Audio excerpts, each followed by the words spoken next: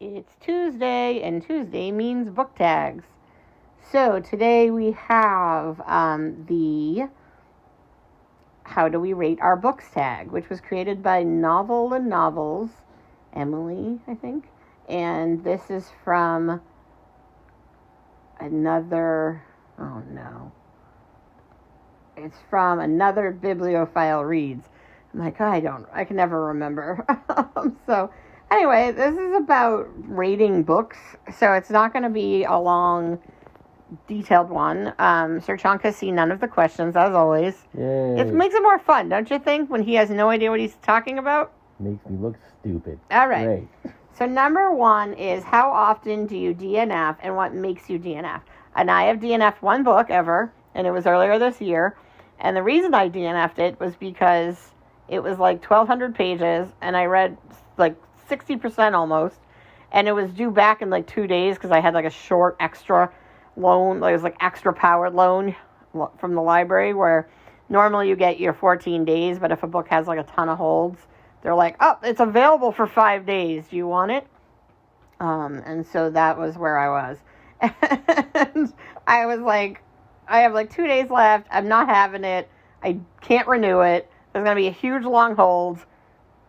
I'm not finishing this book, and I don't care. And so that was my DNF. But I generally don't, unless like I accidentally and just forget that I was reading something. Yeah, I think maybe a couple times I've just lost a book somehow. I'm not sure how I pulled that off. But usually I will stop reading some things quickly. Like I'll try something to sample if I like it for like, 10, 20, 30 pages. I don't know if that counts. But if I've read like half the book or more, I just finish the book. Even if I hate it, I'm just like, I will finish this trash. Yeah, I have a problem with the same thing. I just feel like I need to finish them. Yeah, I just stopped reading something that I just started like 2 days ago, but I only read like 30 pages. So I don't know if that really counts, like a 900-page book. So I definitely didn't read a large percentage of it. I was just like, I don't like the style of this writing, I'm out. Oh, yeah, and so you may eventually go back to it if you're in a different mood, but yeah, like, that's how I am. Like, sometimes I'll like, I'll try a few things to get in the mood, or then I'll like, I don't know. But like if I like intentionally am reading it, unless I just like forget, something happens, or I get distracted as always, or we're moving or something, I just finish the book. And I don't read a lot of chunky books. I think that's why. I usually figure like I have to read at least like 30-40%, because some of my favorite books haven't really even gotten going until like 30 or 40% of the way in. And so usually at that point, I'm like, okay, I got like 100 and something pages left. I might as well finish the book. Yeah, I'm never going to stop something that I've read like a big chunk of. You know what I mean? Usually it's like I just get a sample of the style, a little bit of plot, really quick. If I'm not into it, I'll quit. But that doesn't even happen that often. Right. So number two, and this is about like 1, 2, 3, and so on, the 5-star kind counting of game process. 4 is next. So I have a little bit of a weird, and the first question is, do you rate books 1 star? So I'm going to answer several of the questions, because my process is simply, I only rate books I can feel comfortably, like I comfortably can give 5 stars, and that I feel I can recommend wholeheartedly to anyone. And other than that, I don't like to like mess with people's numbers. I know how important, like authors, it's like you can say the worst things, but if they see like a 3, it could have the nicest review and it makes them sad because their number went down. So like the whole thing is so arbitrary, and what a 3 is for one person is different for another person, and I don't want to mess with people's numbers. So basically the only thing I actually put a numerical rating on Goodreads is 5s. And then everything else I kind of have in my own shelf. So I have like a DNF or not for me, which is essentially the 1 DNF book, and then 1 and 2 star books. And then 3 is like meh for me. So that's my meh folder. And then I have liked it a lot but didn't give it 5 stars, which is my, I guess, 4-star folder. But they don't affect anybody's ranking and number. And so therefore... But for me, what a 1-star book is one I absolutely hate and I think should be shot out of a cannon and lit on fire. And I'm anti-book banning and anti-book burning, except for 1-star terrible reads. Like, 1 stars, I like literally can't find anything good to say. I don't know who the audience is. I can't even like fathom a world in which somebody would enjoy it. That's a 1 star for me. That was a roundabout way to get there, but we got there. Yes, I give 1-star reviews. I don't give reviews for the universe. I just basically I use the ranking so I can remember. I like to have a record of the stuff I read and what I thought about it. So if I think something really, really sucks, like a lot, have to suck a lot. I probably have to get kind of angry multiple times while reading it how bad it is. And if that happens, it'll get a 1. There's plenty of things I really, really despise, and I still give 2s to. But you can definitely get a 1. I gave a 1 a couple months ago to something, and it was god-awful. It was probably something I liked. No, it wasn't. It was that space romance crap. All right. Yeah, so what's a 2-star book? So for me, a 2-star book, I think that's like the Led Zeppelin of books. It's a book that... Super talented, but you don't like it? Yeah, that's for me, a 2-star means sometimes a 3 if it's really well crafted and I can tell it's good even though I don't like it. But for me, a 2-star is I see why people might like this. This is just not a me thing. And it's not so bad that it's a 1-star where I'm there's nothing of merit to this existence. I have nothing, there's nothing good I can say about it. 2, I can say something good. I can't say it's just that I can understand the audience, because I think there's 1-star books. I definitely understand the audience. I just think that the audience should also be fired out of a cannon. 2 stars, audiences, I guess I respect, and I can see that they would enjoy them. All right, well, 2-star book is simply a book I don't like. It's not something I absolutely despise, you know what I mean? I might hate parts of it or certain elements of it for sure, but I probably am not, angry when reading it too often. And I just books I don't like. I give a lot of 2-star reviews because I read a lot of books I don't like. It's one of my most popular rankings, unfortunately. Yeah, he doesn't like anything. We're very different. That's not true. I'd say only about a third, less than a third of the books. It takes a lot for me to give a 1-star review. I don't give many 1s.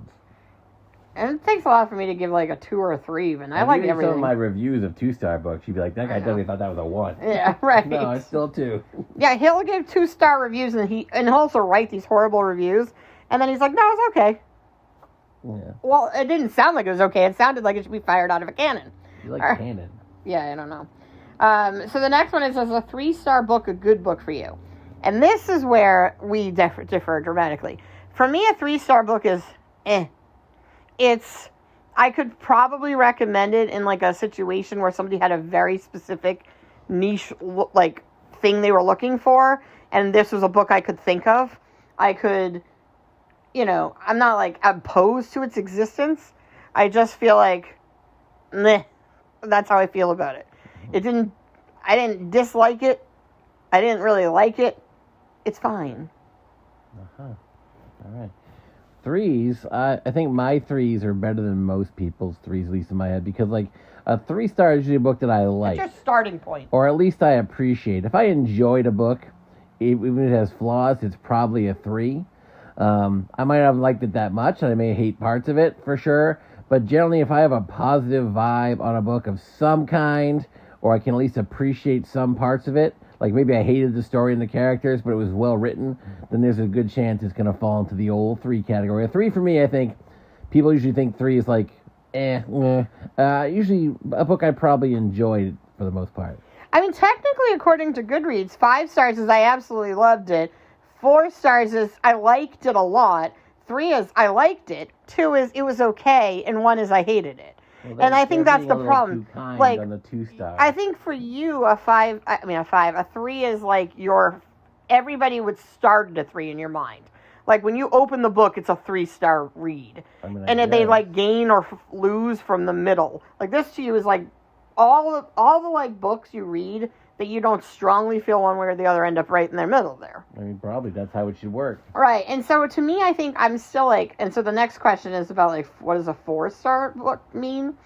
And so this is where I think 4 for me is probably my starting point. Because I think of them as sort of school grades. A 5 is an A+, and a 4 is a B, and then a 3 is we get it. 3 is barely passing. Yeah. And then 2 is I could go to summer school. And then 1 is drop out of school because you should go into canon. Great. So a 4 is sort of where I start. And I think you started at 3. Like, so I think most of your books, if you were like actually, well, you do rate your books, but like if you looked at your average, I feel like your average is a 3. It should be, because 3 is average. Right. And so I think that's where most... Everyone's average should be a 3. That's where most books land for you, though. Like, you just don't feel one way or the other. You're like, it was okay. I read it. If you looked, you'd see there's not a ton of 3s on my scoring. Well, for me, I think I start books at a 4. Like, I'm generally, like, positive, and usually I'm like, oh, this is probably good. And I could probably say it's a good fit in its genre. It does what it needs to do. I didn't dislike it.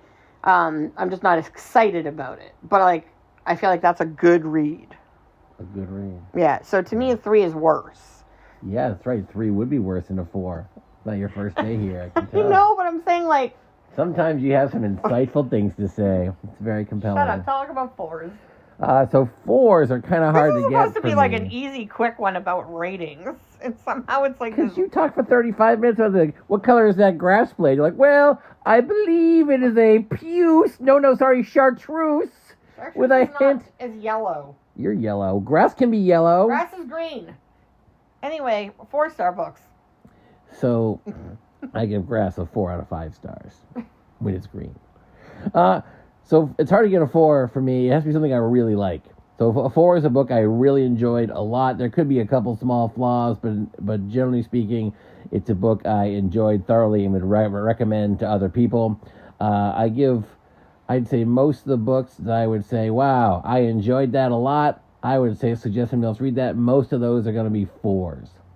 There's a few 4s that I have, like, in some of my favorite books ever. So, like, a lot of categories are 4s. Yeah, so 4 for you is a really good read. And then do you ever do half-star ratings? I don't, because it's not an option on Goodreads, and that's pretty much where I track everything. And also, like, 5 numbers is too many for me. Like, I just am like, I'm very much on a 5 stars or no grading. I'm not getting into quarters and half stars and 1/10%. No, I'm not doing that. If I was going to do that, I'd just do up to 10. Why do halves? Just go up to 10. So I don't do halves. Yeah. I'm not getting into rubrics with, like, partial points. Then you start scratching it. Oh, was it a 3.5? It's a 3.63. What does that count as? Yeah, I mean, I'll occasionally say something like that. I don't usually rate them that way. Right. And then do you rate 5 stars often? What do 5 stars do to make them get 5 stars? So for me, like, and this is where my problem lies. Because I try to, like, basically give things a 5 if I feel like it's solid, and I can recommend it, I tend to give a lot of 5s. Because it may not be, like, my personal favorite book, but I'm like, this is a book I could strongly recommend for a reader of this type of book. And that I'm, like, wholeheartedly behind. But then at the same time, I have, like, books in my 5 that I'm like, should have 10-star rating. To, like, separate those as, like, the real 5 stars. The extra stars. Which I think was, like, kind of the... to 11. Well, that was, like, the original goal. Like, the 5-star was supposed to be the elusive... yeah, which is what I use it for. The Snorlax of, ratings. Okay, right. Because you can never find Snorlax in any of the packages. So it was supposed to be, like, hard to get, and 4 was, like, really good and solid. But now you're not allowed to do that because everyone gets sad about their getting a 4 and their number going down. So I just don't want to, like, deal with people whining and being sad and everybody being upset with each other. So now everybody gets a 5 or I just quietly go on my way. I mean, I may write them a, like, nasty review, but it doesn't matter because it doesn't affect the number. Great. Well, I'm only giving rankings for my own personal, like, system. So, yeah, a 5 for me is going to be something I really love. Like, something that, like, I'm like, wow, that was amazing. I hardly ever read books like that. It's really hard for me to give 5s. We're talking about some of my favorite books of all time. I don't have many 5-star books ever. You just gave a 5. I did, but that's a fluke. You know what I mean? I probably give a 5-star book, maybe 5% of the time? I don't know. Depends. It's not a deliberate percentage, but yeah, it's really hard to get a 5. If I get a 5, give something a 5, it's something I truly, really like off the charts love. Yeah, I'm a easy. 5 star I'm easy. All right. Not at all. All right. And then, has your rating of books changed over the years? So I don't know if you mean if that means my rating of a book, like I used to hate it and now I love it, or I used to love it now I think it's okay, or if they just mean how I rate. So probably how I rate has changed because there's just so many stories of somebody seeing a bad Goodreads review and then making a big mess on some social media and calling out the reviewer and making fun of them, or people finding out their real names and going to their houses. People, there's too much drama with the numbers. So, yes, my rating system has changed because now I'm just I'm only given the good number. In terms of things I used to like and dislike now, or would change in rating scale, I don't think books are generally like movies. So I don't feel like you're going to get the Goonies, where you're going to watch it as an adult and go, what was I thinking? Oh, yeah. There are definitely going to be things you read as a kid and you go, this isn't as good, now that I'm not a kid, because it was written for kids. And, I'm sure if I went back and read children's books, I would be, I wouldn't be oh, this is definitely holding up against Tolstoy. So, that's... Tolstoy doesn't write for children? No. I mean, Russian children are pretty advanced. But, so I don't think, if it might go from, a 5 to a 4, or, it might go up because of, nostalgia, but, yeah, I don't think, my ratings would change that much. And then, there have been books, though, that I've hated, and then gone back and reread, and actually liked the second time around. I'm more likely to learn to like something than stop liking it. Right. So, I mean, I'm sure there's a few books that I've read a couple times and I've changed a little bit how I felt about it. But I think this question's about the rating system. And my rating system has basically been the same. I did used to use 1 to 10 a while ago, but then that's, all the websites use 1 to 5. So I just simplified down to 1 to 5. It's been like that for a while. And I haven't really changed since then. Right. Boop. Yeah. So where do you record your ratings? So my ratings, I basically keep on Goodreads. But again, I put them in shelves. The only place that ever sees, actual numerical rating that's not a 5, I used to try, I did them, in one video, I think, on here. But I'm not doing that anymore. And then when I get, an ARC from NetGalley, I will, because they ask for your actual number. So they'll get my actual number, including ones, which I have given a few. But again, that's private, and that's just to, the PR people, so they can handle it. Don't give them to the author. Yeah, don't tweet at the author, hey, I thought your book sucked. Yeah. Thanks. It's the best. It's obviously you would hope PR people wouldn't do it, but, when people are I reviewed a book, and I put it on Goodreads, or I put it on YouTube, and then they tag the author in it. Right, and then they tell them how much they suck. It's wow, that's even very if helpful. It's a 4, just don't. I mean, honestly, even a 5. Most of the time, the author just doesn't need to know. Yeah. Anyway, that has nothing So to do. anyway, I put my stuff on Goodreads. On the rare occasion when I go on the YouTubes and discuss books, then I'll probably sometimes reference star ratings on there. When I did my recaps, I usually say what the star rating is. Yeah, there you go. How did this take 20 minutes? Because you talk for an infinite amount of time. Like I said, you talk about grass for it starts out as a bud or seed. And over time, we watch the blades slowly grow into adulthood. And we're going to record some more and see how we do. And then probably realize, they're all going to take forever.